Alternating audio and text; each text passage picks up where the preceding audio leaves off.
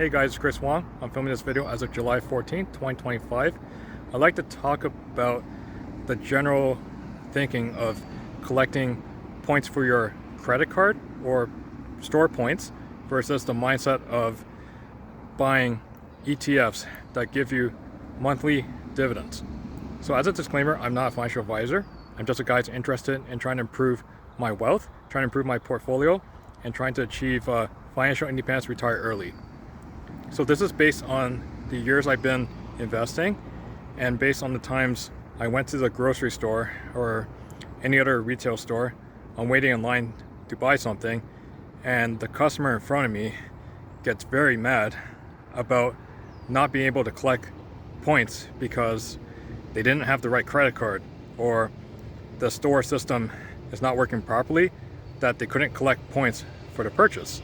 So I myself, for years before I got into investing, I did think about collecting points at the time. A lot of times I didn't think about collecting the store points itself if I wasn't going to shop at that store that often. But I was actually at one point kind of obsessed with trying to build up my credit card points. But I wasn't going to actually spend money I didn't need to spend just so I can collect points. The credit card points, it's usually only about 1% cash back, regardless of whether it's points for cash or whether it's points to get merchandise. So for example, in order to get enough points to have $200 worth of cash back, you're going to have to spend at least $20,000 at all the stores in order to even get that $200 of cash back on your credit card. Or if it's for the store points, if they only offer a 1% cash back. There's nothing wrong with collecting points or collecting the cash back. I still do that myself, but I don't look at it as this is the way for me to get rich. I look at it as I just made a purchase, I'm collecting points. If I cannot collect points, it's okay. It's just bonus money to me if I can actually get the points. I've been in stores waiting in line just to make a purchase, and I've seen customers yelling at the employee's face because the customer couldn't collect the points for that one transaction due to a system failure.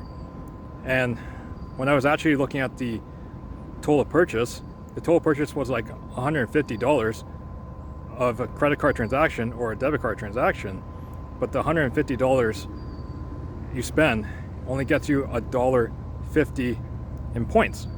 If it was a 2% cash back, then you just double it. Then it would be $3. And that $3, it's not really enough to get you anything these days. If I were to think like an investor, especially the method I use, which is investing in high yield dividend ETFs that pay monthly or weekly dividends, and they generally pay at least 12% annual dividend yield. So I'll use the examples HYLD or USCL. One's from Hamilton ETFs and one is from Global X. So if I were to buy one share of HYLD, which is around $14 today, and the dividend yield is like 14.5 cents. So if I were to take 14.5 cents, that's around 1% of $14. And I'm getting that 14.5 cents every single month for the rest of my life. So the dividend yield at the end of the year is 12%. So collecting that 14.5 cents, as long as I hold on to an investment, I don't have to do any further work to collect 14.5 cents every single month. Whether the dividend goes up a little bit over time or it goes down temporarily. But I don't have to do anything to collect an extra 14.5 cents every single month for the rest of my life. So trying to make purchases to collect points, it only gets paid out once. It doesn't compound at all. And in order to get more points, you have to make more purchases. So I use Wealthsimple Cash to make majority of my purchases.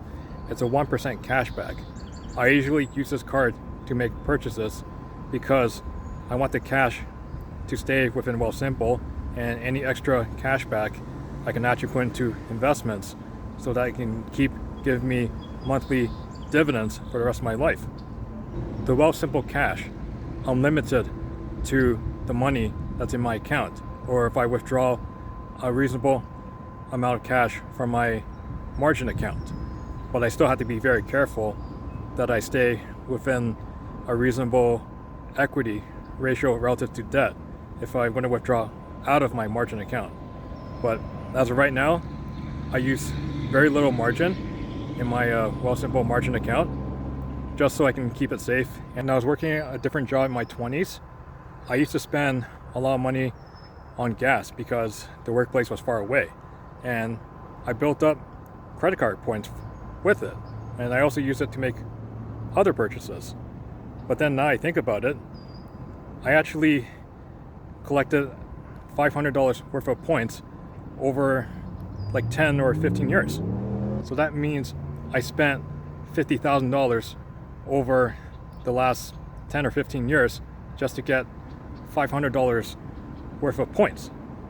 If I were to build a portfolio of at least $50,000 in HYLD, USCL, or any other high dividend yield paying ETFs, then that could have given me $500 a month in dividends for the rest of my life, as long as I hold on to the investments for the rest of my life.